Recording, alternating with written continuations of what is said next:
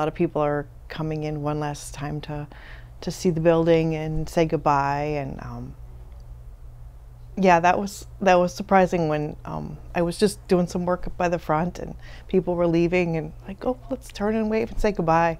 And that was touching.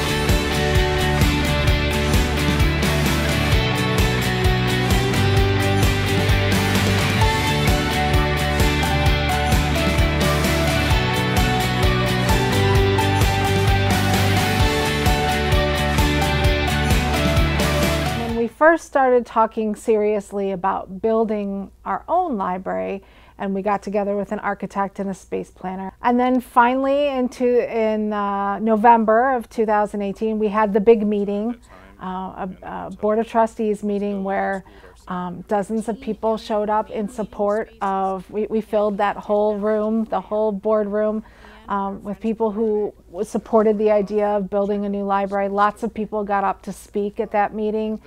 And then it was a unanimous vote, and it was such a victory for the residents of Shelby Township. And so now we have what is the very first standalone library, and we're really proud to be able to bring it to the residents. So on the first motion, we'll do a roll call on the library. So roll call, please. Lynn Wilhelm? Yes. Doug Wozniak? Yes. Michael Flynn? Yes. Stanley Grodt, yes. Rick Steffikis? Yes. John Vermeulen? Absolutely, Vince yes. Viviano? Yes. And we are all on record that we are supporting the library. Wow.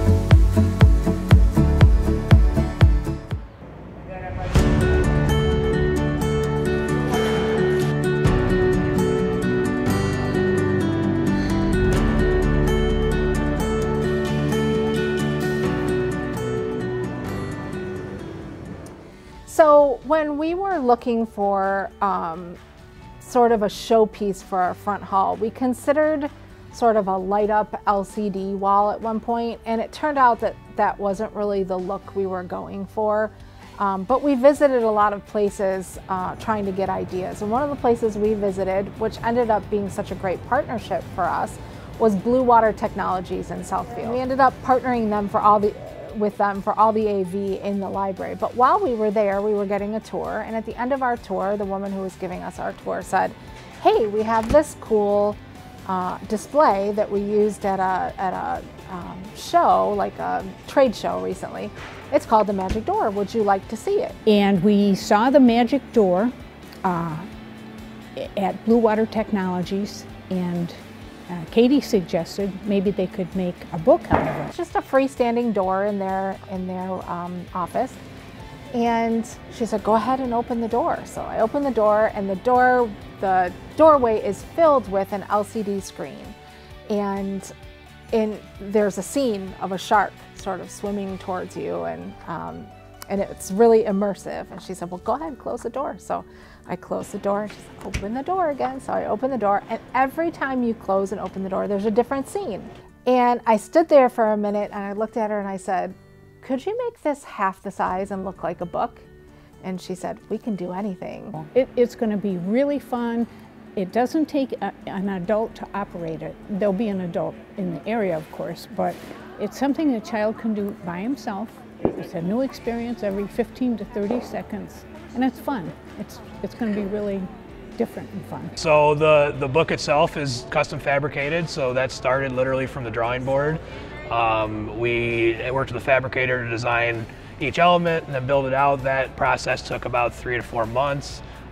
In tandem with that, we were working on creative, so the vignettes that you see in the book, we're working along the same timeline. Work really closely with Katie and the folks over at the library to build some real impactful pieces there. And then what you're seeing today is really all that coming together. Took about 8 months. This is custom work for us, and this is a one-off that we do.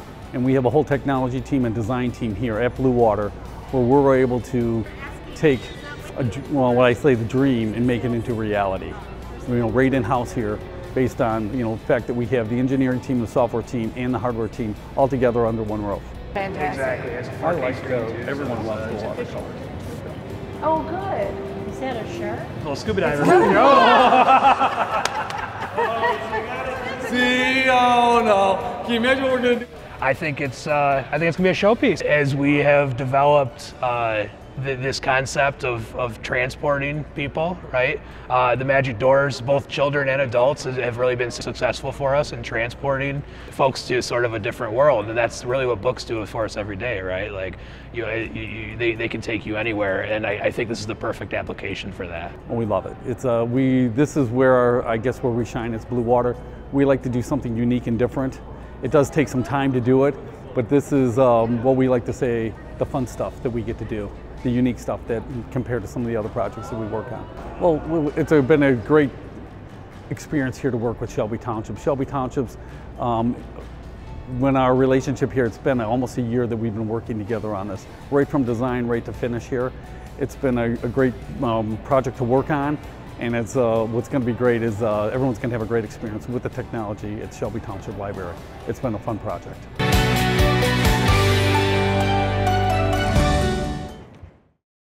And we also paid for the donor wall, which you see as you walk in. It's the glass wall with a picture of the lake in the township. And that has already almost paid for itself. So any other tiles that we sell on the donor wall will go towards children's programs and adult programs for the library. We wanted a donor wall that would be appropriate for this beautiful building.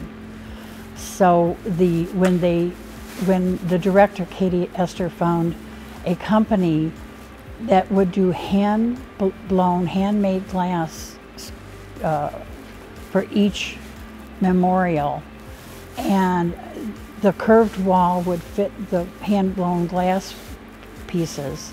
And when you look at the whole thing will be up and on the wall, and every block has a piece of a picture of the township, the lake, the hall, the woods, the trees. And so when you look at it as a whole, it's a beautiful, functional thing. And then when you look at it individually, it's marked by donors to the library. It's going to be something people will stop and look at. Donor wall is on the curved wall of the children's area. So it's a curved picture that's composed of over 600 and some glass tiles. And they're beautiful. It's a picture of the lake on the township grounds. And it's the landscaping in the lake. It's very beautiful. And people can purchase a tile. Individuals can purchase a tile for $250 and they can have their name on it. It's a memorial tile. But the whole thing will comprise this beautiful picture. So it's going to be really gorgeous.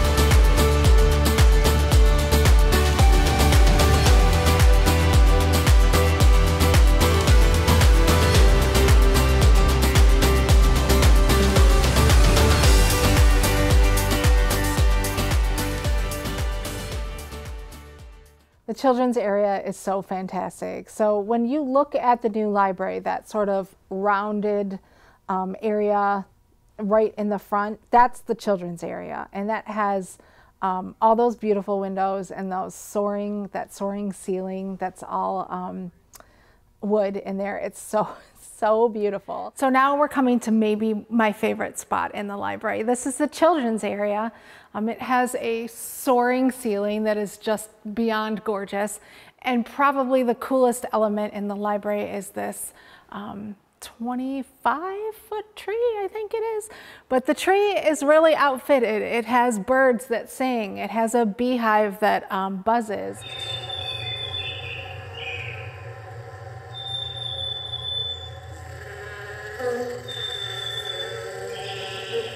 It has little tiny fireflies up in the top branches that you can see flashing. It has some friends on the bark of the tree. We have a squirrel and a rabbit, and around the corners is a little hidey hole with an owl in it. So this is one of the really cool parts of the library. And if you notice, our flooring even reflects the theme in here. It sort of looks like moss growing, and as you get closer to the tree, the moss gets denser and it goes up the tree. There's a lot of elements. Our theme in here is sort of woodland creatures, and there are a lot of elements that will reflect that in our design. And the one thing that is in our teen area that is sort of unique is something called the Ever-Bright Wall. And I guess in educational terms, you would call it a manipulative, which that means something that kids can play with and they learn from it. And this is going in our teen area. It's kind of like the Light-Brite of yesteryears. If you remember playing with a Light-Brite when you were a kid, this is a giant Light-Brite, and it's got little dials on it. Like 600 dials on it. And every single dial is lit, and when you turn them, it changes colors. So you can make patterns and designs and pictures, and it really stimulates creativity. It's a great thing. So 3 or 4 kids could work on it at the same time. So it's a really kind of a collaborative thing. It's good for all ages. Ann Arbor said it's in their children's area, but they have adults playing with it all the time. They think it's really cool. And when it's not kids standing there, you see adults standing there playing with it too. So the new computer lab is going to have 18 computers compared to our 16. It's going to be in a walled off glass area, so it's going to be a little bit of sound protection there. You're not going to hear the rest of the library. The kids are at the front of the library, so it makes it an excellent spot to study and get things done. It's going to have its own printer there and its own kiosk. It's everything that we've heard our patrons have wanted. and we're excited to give it to them. It's self-serve stations in a public library. It's everything you wanted when you were in a hurry or you saw the line and you wanted to grab that one item. We're going to have 2 brand new Envisionware self-service kiosks where you can scan your library card, you can select the language it wants to speak in, adjust the size of the experience. It even has the ability to lower the text on the screen to be more wheelchair accessible. From there, it's going to have RFID pads so you can scan the products, it'll print out the receipt, and you can be on your way. We have brand new library document scanning stations. What that means is you can stop in. We have a large flatbed scanner that you can flop a whole book down onto, old family photo albums, whatever you need, just your driver's license, and you can scan, email, fax, all from the same spot at your convenience without having to flag down the librarian. Again, the librarians are still going to be there, but this is just one more way that we really took a thought into how can we make your experience easier at the library. And this is just one way where you can run in, scan something right to the insurance company, to state of Michigan, whatever you need, and get it done and get on with your day and make it a really positive visit. The Legacy Room, which is going to have 9 TV screens courtesy of Blue Water Technology, complete with a sound system, so when the library starts showing movies, because we have our licensing through the Swank Licensing Company, we can show movies, kids movies, classic movies. You can enjoy the air conditioning and just have a state-of-the-art experience there at your library. The only thing we'll be missing is the popcorn and the theater seats, but I think we'll find the experience incredibly comfortable. Well, we will finally have our bookstore, a real bookstore, used bookstore that is, and we sell donated books. We go through them and call them out and categorize them, and we'll be selling it in the new bookstore. It's right down where the Pewabic mural is. If you follow the mural, you walk right into it. It's going to have a display window. We have a lot of plans for the new bookstore. We have room now to have different categories. We were kind of cramped into a little closet of a room, and we would have books we couldn't even put out. So we have big plans for the bookstore. I am stunned. It's beautiful. It's very functional, first of all. All the things that made us crazy, the book deposit that you had to back up to, because if you drove up to it, you had to get out of the car and go around, fixed. A book drop for the book donations, so you don't have to get out of your car and drag them up to the door and give them to the desk. We wanted quiet little corners where people could sort of get away from it all and sit somewhere quietly and read. We wanted areas where people could study and collaborate together. We wanted areas where maybe people could congregate and be a little louder. So that would be our front hall, where you could meet a friend for a cup of coffee and sit in the front hall and chat or talk on your cell phone. There should be something for everyone. That's why we built a teen area. That's why we have a technology lab. That's why we have private study rooms. That's why we have an expanded and really fantastic children's area. Every person in the township should enter that building and feel like, there's my spot. I'm gonna use this spot. This is gonna be my favorite part of the library. And I really think our designers and our architects were so cognizant of that and really gave us something for everyone. And I think I'm excited for the residents to see and find their perfect little spot in the library. We had been thinking about a way to give back to this community.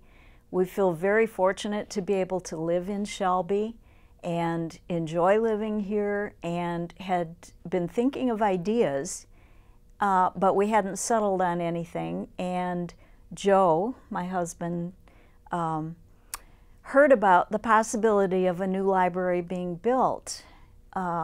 This was before it was approved by the board, but it looked like it was going to go through. And we think libraries are very important to communities.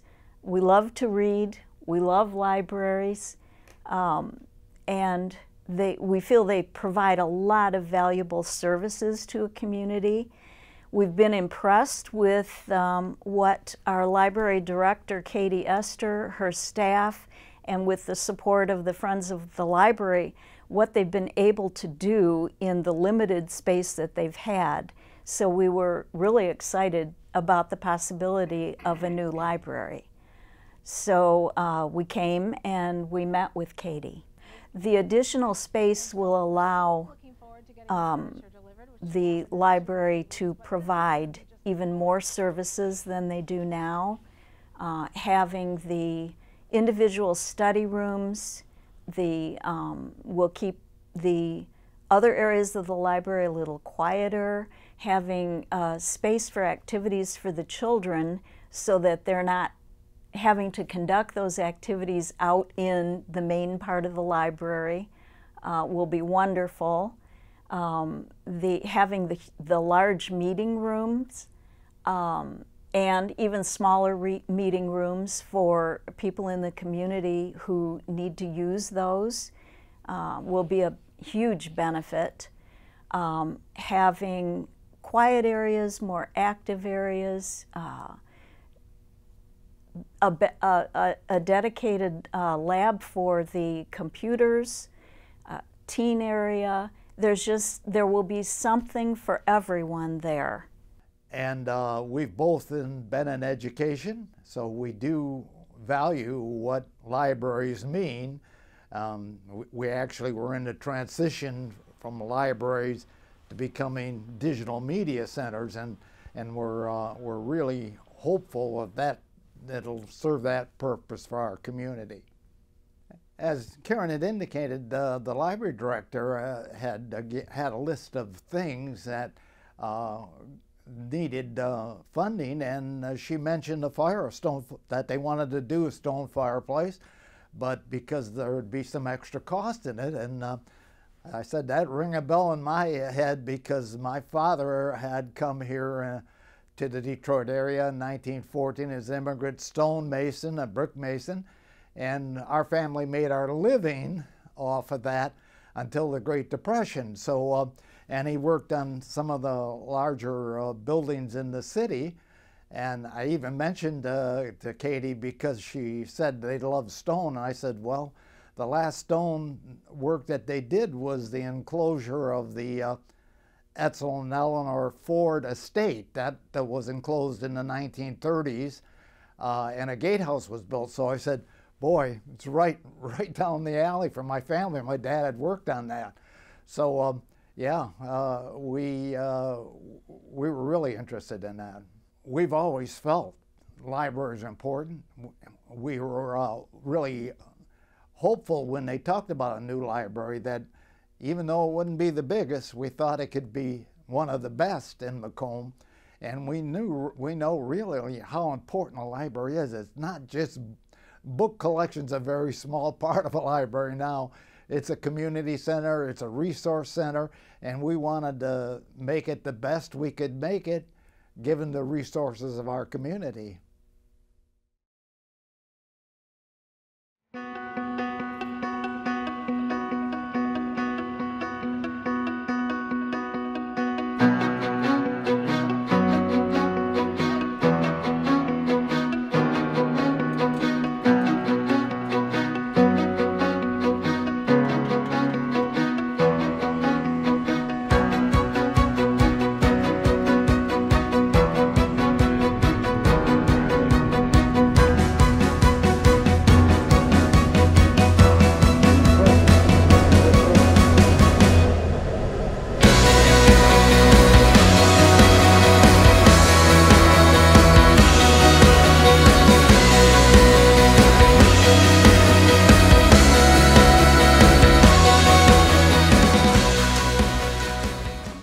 working studio now for well over 100 years. So what's exciting is when, a place like Shelby Township Library, draws on Pławiec tile, it's carrying on this artistic legacy that dates back now for, well over 100 years. Because this was a large project, so it was, it requires a lot of planning and coordination, with our fabrication team and our designers, and so that we can deliver it on schedule to the library. After I retired, I wanted to make a significant contribution to the library because my late husband, my son, my daughter, and I all worked for the township in various departments through the years. So the friends and I considered different options of things to add to the library. We visited the Pławiec Center in Detroit, and they designed the mural. We chose the colors, and that's how it came to be. When it came to the actual design and the drawing, that took a few weeks. It was a little bit of back and forth with some people from the library, and they were really great about giving their feedback and had a really good vision of what they wanted to see. We wanted to keep it with standard profiles, something that was more simple to produce than a very large scale slab cut mural, something that was more abstract and less representational. Quite a big mural, I think 20 feet long or 19 feet long. To get the final drawing and the final color rendering narrowed down, that probably took about 6 weeks just to get everything figured out. And then from there, the production, if I recall, was probably about 14 to 16 weeks. Just to make all those pieces and to make all those little special cuts. So when Shelby came here, they were sharing their architectural drawings with us. They had some really beautiful visibility area, high visibility areas from the parking lot and the entry. And so we located the really primary spot for the mural along the glass lobby corridor. And it was going to give a lot of great light to the mural, but also kind of invite people in. And they really wanted something that was going to invite the community and bring people's vision into the library. We really start the process with communicating with the team from the library and establishing what they're looking for. So some of that is the architecture and how is this mural going to tie into the architecture of the library. Some of the color ways and searching for appropriate glaze colors speaks to, the community, the City of Trees of Shelby community there. So we're developing the overall design along with glaze color and establishing what parts and pieces of tile and tile profiles we need to fabricate for the mural to take it through pressing, through glaze making, and then through the final firing. But they came to us with some murals that we had done in the past that they really liked, and I think it was up to us to kind of figure out how to take those ideas or those qualities of those other murals and translate that into something that would be appropriate for Shelby Township or something for the library. I was looking at treetops and things like that, and how can I illustrate that? How can I illustrate this movement of wind blowing through trees and leaves and things like that? And so I started thinking of it from an aerial view. Then when they were shown that piece, they were shown that design, they came back to us with they dubbed it Social Fabric as the title because they thought it looked like reams of fabric, and how fabric is, this is interconnectedness, right? And it's just, I just think it's super interesting how when you're working less representationally, people can assign their own meanings to things. And I really liked that read of the work. It's unique. It's a one-of-a-kind, custom-made mural, and it's because we feel that the library is an important part of our community. When you look at Pławiec pottery, we go back to the early 1900s, so you'll see Pławiec tile, kind of throughout southeast Michigan. You'll see Pławiec tile in the Guardian Building downtown Detroit, the DIA, the Detroit Public Library. And that's continued right up to the present day. We did tile in Comerica Park, all the tile that you see along the front of the The park is Polavic. We did pilot tile for Little Caesars Arena. All the queue line stations, when that was opened, they all feature Polavic tile. So it's really, everywhere you look. I mean, you'll see it in, hospitals and libraries and public spaces. It's really part of, we like to say, we're part of the architectural fabric of Southeast Michigan. The name Polavic comes from our founder, or one of our co-founders, Mary Chase Perry Stratton, was born in the Upper Peninsula of Michigan, and her father was a physician in the Polavic copper mine. So when they were looking for a name for the pottery in 1903, she looked back and out of nostalgia, named it for this copper mine in the Upper Peninsula.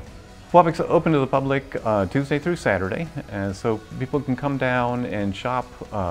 It's a National Historic Landmark building, so we've been making pottery and tile here for a long time, and you can come down and see you see some of the history upstairs. We've got historic galleries. You can see some pots dating back to the early 1900s, and then you can kind of see where everything has started, and we've been here now for over a century.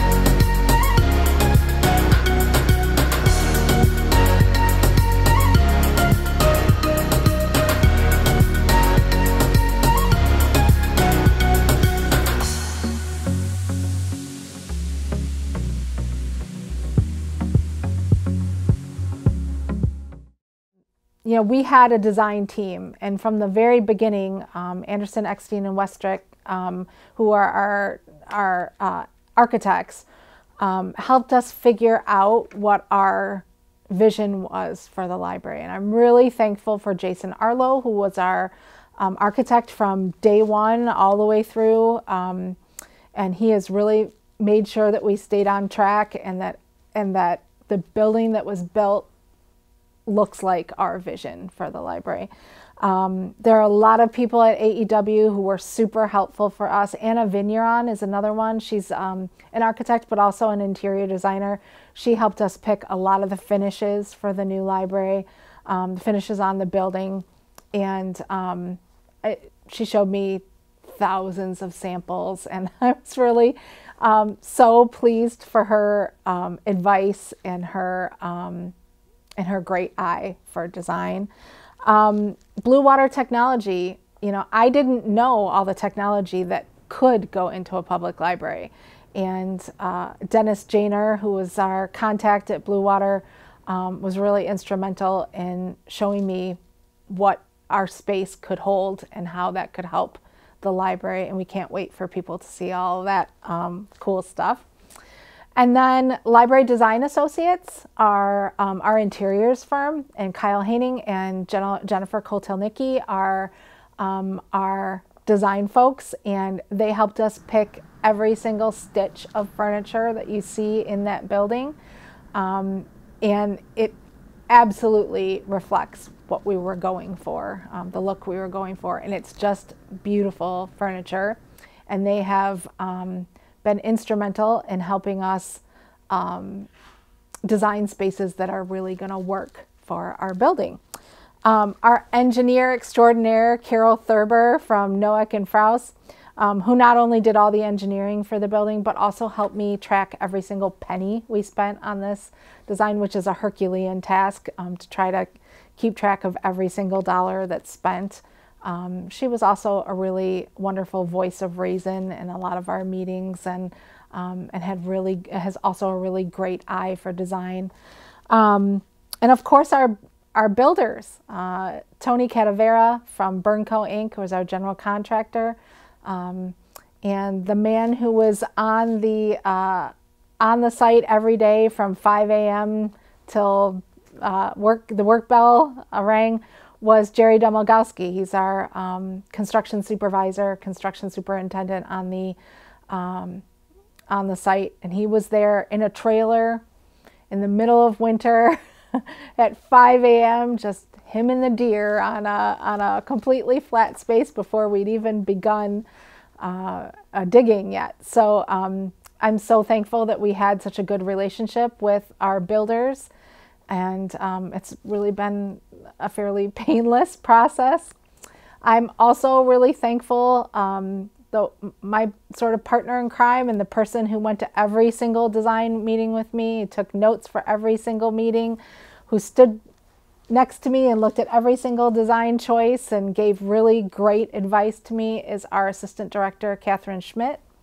And she will probably humbly say that that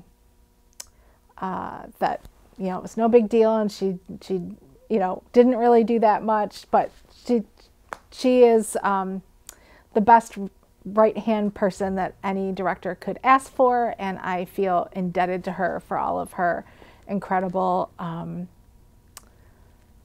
partnership and friendship, and her great organizational skills. And I hope I remember all these nice things to say about people when I'm talking on opening day. I'm also really thankful for the Friends of the Library, who donated a huge amount of money for lots of cool bells and whistles. I'm thankful for our Library Advisory Commission, folks who have been instrumental in helping steer this library through a time of great change and great improvement. I think there are ingredients that go into a really great library. And some of the most important ingredients are a really supportive local government. And we have that in Shelby Township. We have 2 boards in a row that supported the building of a library and have been such good cheerleaders and such sort of wise counsel for when we have been building this library, and I really appreciate all their support for the library. And then I always say, and I will admit that I am probably plagiarizing someone else, that the most important asset of any library goes home at night, and that's our library staff. And you can have the most beautiful building, but if you staff it with folks that don't really care about the library, you are not going to have a successful library. And thankfully, I have a staff second to none, a staff that routinely goes the extra mile for our community, that cares greatly about our community, that gives service that is absolutely first-rate service. And I can't say enough about their involvement in the library, and its future success will rest on their shoulders. They created the foundation for this new library, and I'm so grateful for them. And lastly, but certainly not least, I think another huge component of a great library is the community that it reflects. And so we are so lucky to have a community that is supportive of the library, that's involved in the library. Every time we have a program, we have people who show up. We have our regulars who are there every week checking out books. We have people that are really vocal about their support, folks that are really invested and involved in the library in lots of different ways. And and we're proud to represent them, and we're proud to serve them in the Shelby Township. I feel like I envision how parents feel on Christmas Eve, waiting for their children to open a particularly exciting gift. I feel like we're on the precipice of being able to show the township the amazing building that they have gifted future generations, right? I think a library is the most generous gift that we can leave to our future generations, and man, is this a fantastic gift.